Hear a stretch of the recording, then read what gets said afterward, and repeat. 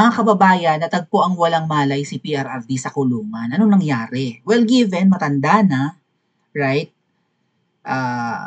Bumabaksak na ang katawan, pero paanong hindi nakita ng mga nurses, even nung siguro mga katabing selda or katapatang selda, may mga nakakausap naman si PRRD dyan, di ba? Mga staff ng ICC, maybe mga nurses, tinaharot-harot pa nga niya yung ibang mga magagandang nurses doon, may mga kaibigan din siya or mga kakilalang nakakausap niya.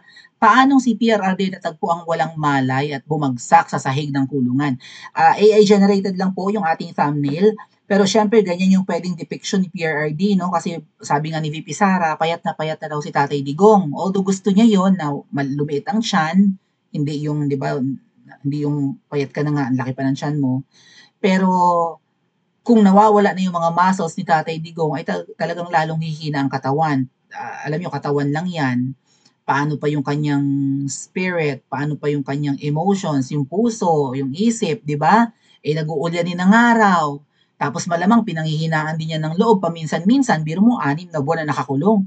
Hindi, walang kamalay-malay, itong abogadong si Kaufman, kung araw-araw niyang binibisita ito, paanong nakapasok yung mga officials ni Ngewi sa selda ni Tatay Digong, and then nabalitaan pa na humandusay or nakahandusay si PRRD sa kulungan.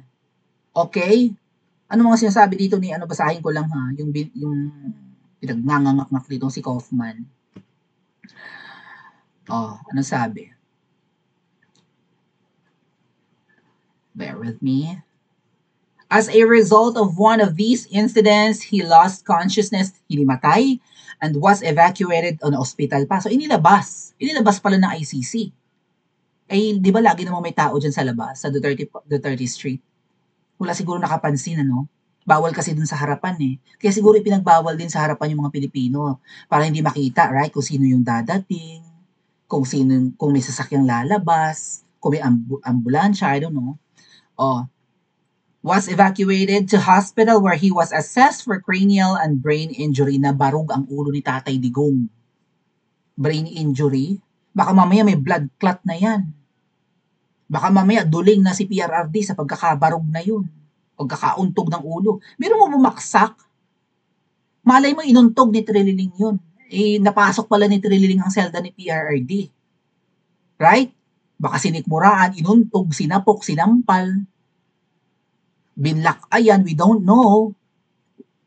So, hopefully, makadalaw agad ang isa sa mga apo or anak ni PRRD para makita ang kanyang sitwasyon. Sabi ng News 5, mga kababayan, basahin ko, hindi ipinaalam na aksidente raw or sinadya. Na aksidente umano si dating Pangulong Duterte habang nasa kanyang selda sa International Criminal Court or ICC.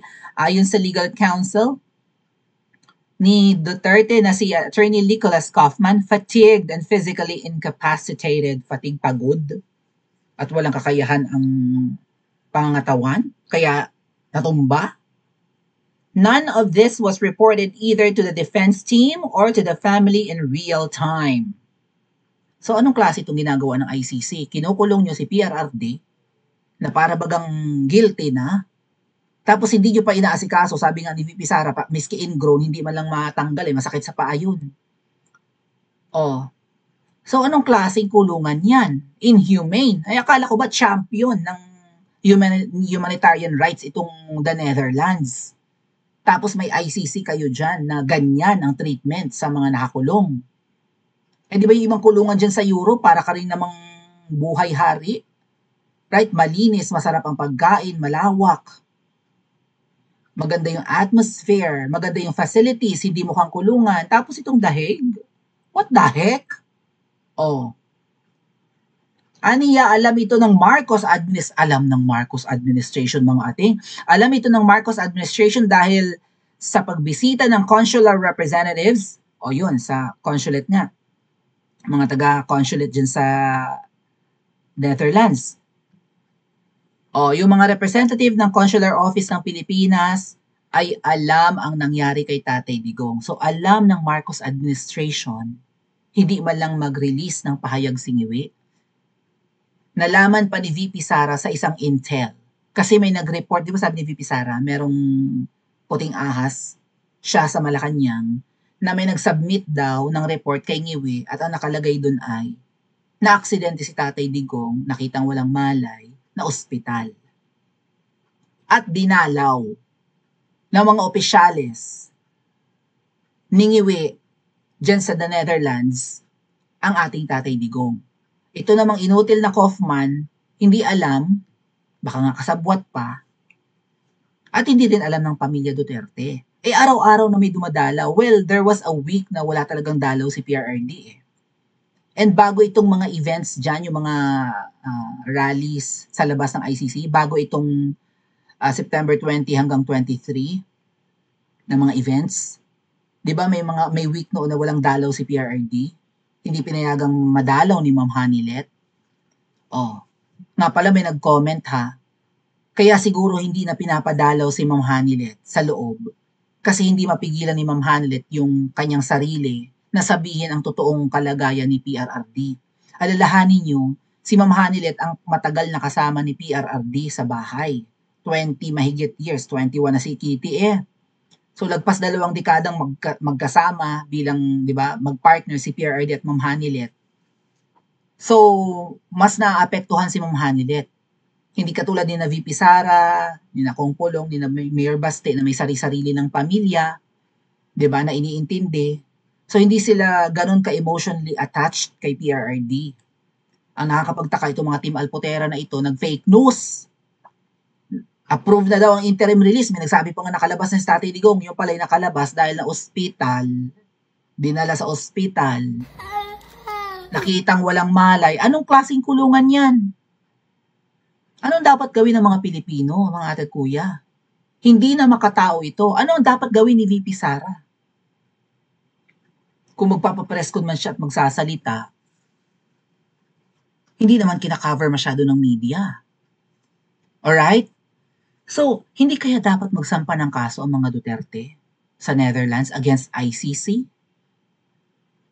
Ano ang pwedeng gawin ni na VP Sara at ng pamilya Duterte para panagutin ang nagpakulong kay PRRD? Eh si Ngiwi immune sa kaso, meaning hindi pwedeng kasuhan si Ngiwi. Hindi kaya pwedeng kasuhan ni na VP Sara ang babaeng ahas? Hindi naman immune sa kaso ang babaeng ahas. Tama? Sabi nga ni Atty. Glenn Chong, hesitant si Ngiwi na ipakulong si Pangulong Duterte noong March 11 o ipabitbit papuntang ICC. Even Tamba nagdadalawang isip. Pero si Butod ang mando ng mando doon sa mga inutusan. Sino nga yung 5 na yun? Si Remulla, John Vic, Boyeng, huwag niyo kalimutan ang mga pangalan. Si Marbil, si Torre, at si Lacanilaw. Ito ba yung mga galamay ng babaeng ahas? Sige, sa tingin natin, wala naman siyang matinding galit kay PRRD aside from tinawag siyang bangag. Right? Ang pagkakaalam namin mga kababayan, lumabas sa Matrix noong War on Drugs ni PRRD ang pangalan ni Ngiwi. Di ba allegedly kasama nga niyang nagpupulburon sina Maria, yung artista, Terry, dyan sa Rizal Tower in Makati, sa condo ni Maria. Doon galing yung pulburon video, di ba? O yung pulburon nagsisingot si Ngiwi. Sabi ni Miss Marlica, authenticated yun. Hindi yun AI. Sabi ng gobyerno ni Ngiwi, AI daw yun. Sabi nung forensic expert na pinagbigyan, nag-test sa video ni Miss Marlica na pinalabas, raw footage yun na nagpupulburon. Oh. So yun lang yung matinding galit ni Ngiwi, ibinuking yung kanyang bisyo. Actually, ano yan na, open secret, right? Alam nga ni Nikki Coseteng na nagpupulburon si Ngiwi. So, dahil lang ba binulgar ang kanyang bisyo o maghihiganti na siyang ganyan, papakulong na niya si PRRD? Ang sabi po, yun nga, may namatay sa LA, sa Beverly Hilton Hotel, dyan sa Beverly Hills, may namatay na Pinoy, okay, heredero ng mga billionaires na allegedly kaibigan din naman ni MLDF. At para mapagtakpan yung iskandalo na yung binitbit ni babaeng ahas sa LA na Pinoy ay namatay, pinakulong si PRRD. Galing na rin yan sa bibig ni VP Sara. O para mapagtakpan yon, pinakidnap si Tatay Digong at ngayon naghihirap si PRRD. Ano ang dapat gawin ng mga Pilipino, hindi lang ng mga Duterte, para mapanagot ang gumagawa nito kay PRRD? Pa-comment po sa comment section at mag-like and subscribe din po kayo.